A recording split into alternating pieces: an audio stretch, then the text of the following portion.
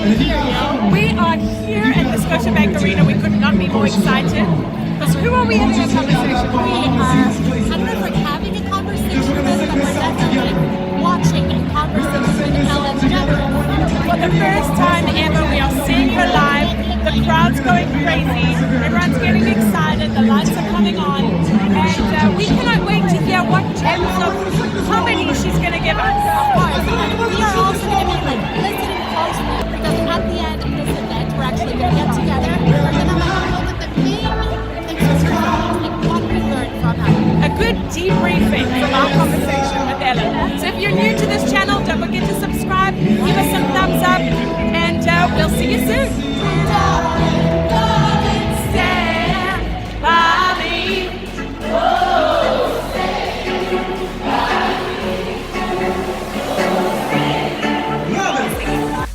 Stand by me. Stand by me. Won't you stand by me?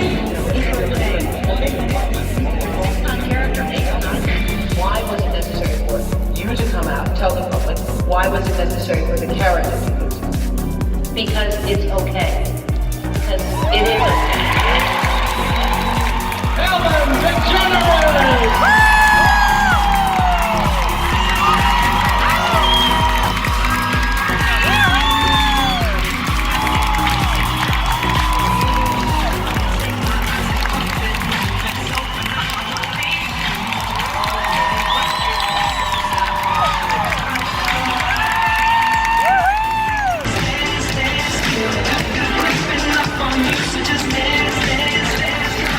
I appreciate it very, very much. This means a lot to me to walk out here and see this many people showing up. So thank you so much.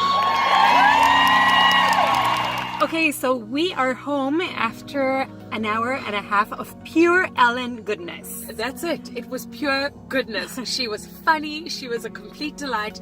And yeah, it was a fantastic afternoon. Yeah, it was a wonderful interview. Not quite what I was expecting. What I were thought you it would be expecting? more stand-up-ish, but it was just so wonderful to listen to her speaking so candidly and so informally about her life and her experiences. Absolutely. I love hearing the stories behind the legend Yes. and how they got to where they got to. Yeah. So it was really awesome to hear that. And like we said before, what we want to do now is just take a few minutes to run through 10 lessons that we learned from our time with Ellen, like 50 meters away from Ellen.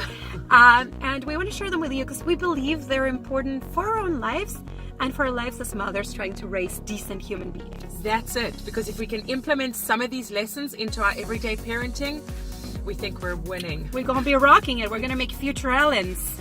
Let's hope. So let's get right into it. Lesson number 1. It's all about kindness.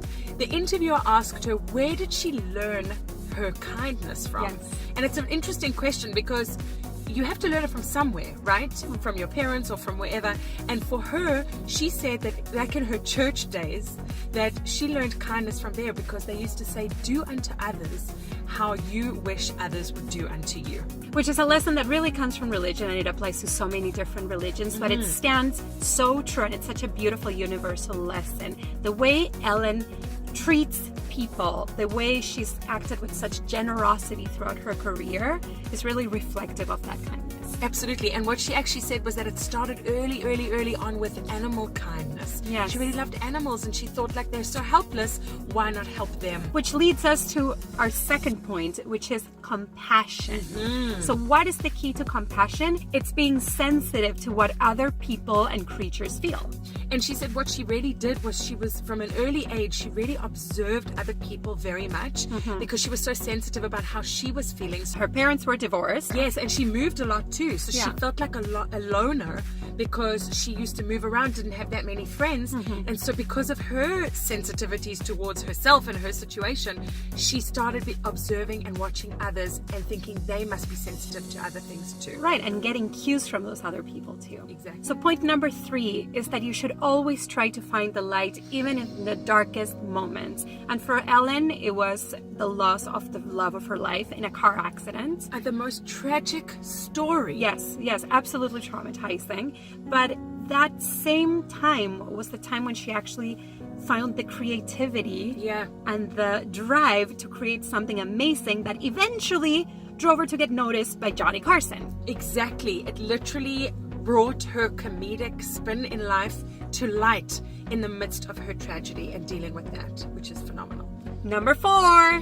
Be a trailblazer. She had this vision of being a comedian that she'd never actually seen before. She had new ideas, new visions of what she wanted to do. And just because she hadn't seen it, she wasn't going to stop her. And she was also, of course, a trailblazer when it comes to gay rights and coming out.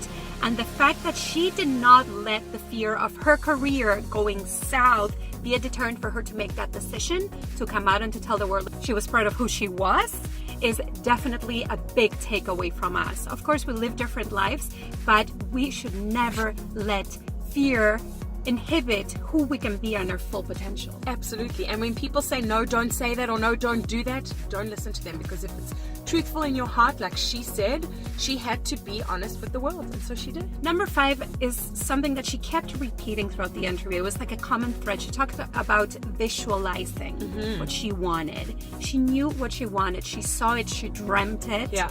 And she was not afraid of making that visualization a reality. So many of us get stuck on the dream, Yes. right? Yes. Nothing stops you. Yes. So that's what she did. She had this vision that she was going to be the first female comedian on Johnny Carson.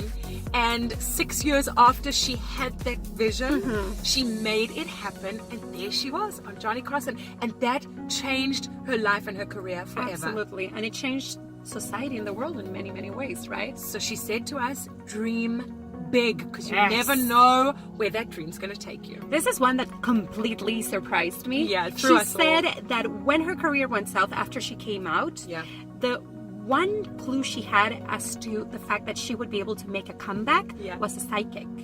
So, lesson number 6. Find yourself a good psychic, apparently sometimes the right. Yes, and then listen to what they're saying, because that psychic told her that at 45 she was going to have a bountiful career that was going to last 20 years, bigger than her sitcom. She didn't believe it, and what happened when she turned 45? She The Ellen started her Show. talk show. So every time I close my eyes, I was telling you today, and I listen to Ellen talking, I can hear Dory. You can hear Dory, that little sweet smiling little fish. Yes. She was just saying that whole concept of Dory and how she just kept swimming. That is what it's about. Perseverance. Yes. You have a goal, you have a dream, whatever it is in your life that you're dealing with, keep going. She said that she learned kindness from her father and perseverance from her mother. So there you go. Don't stop. Just keep swimming. Just keep swimming. Just keep swimming. Just keep swimming. Next question was how she got herself out of her deep, dark, depressive funk that she was in. And she said 2 things. Number 1, she read like books that got her out of it, like Eckhart Tolle, and working out. She said even just 5 minutes a day. So she was feeding the body and the soul, right? Here we go, yeah. Very holistic. So this one we were saying it applies to life in general, right? So whichever goals you have, whatever you want to manifest yourself into, this is something that just applies to all of us, which is the fact that when it comes to the Ellen Show, which has been going on for 16 years. Oh my goodness. The reason why it keeps getting better is because they keep pushing the envelope. Do not stagnate. That's it. Absolutely. Yes, she's saying do better tomorrow than you did today. Even if you're already doing super well. Exactly. It's such a simple message, and we all need to take that in, even if in our parenting. No, I'm a perfect parent. This is something we talk about all the time, how we feel about getting older. Yes. Now, Ellen just turned 60. Unbelievable. Right? And she has such a great perspective on aging. Yeah. It never bothered her. No. So she says, don't sweat the aging. She doesn't think of the number. She stays immature and having fun throughout the whole thing. And I think that's key, right? Yeah. The moment your soul ages, you age. So if your soul stays young, then you're young forever. That's why she always seems so young. So there you have it, guys. Those are our top 10 lessons learned from our conversation with Ellen. We are so pumped. We had an afternoon filled of laughter and friendship. Yes. That's what it's about. So if you're new to our Momjo journey, don't forget to subscribe and follow us on social media at Finding Momjo. And ring the little bell to be reminded of our upcoming videos. Thank you for joining us today, and watch our next video. Press the screen. It comes up later. Later. Peace.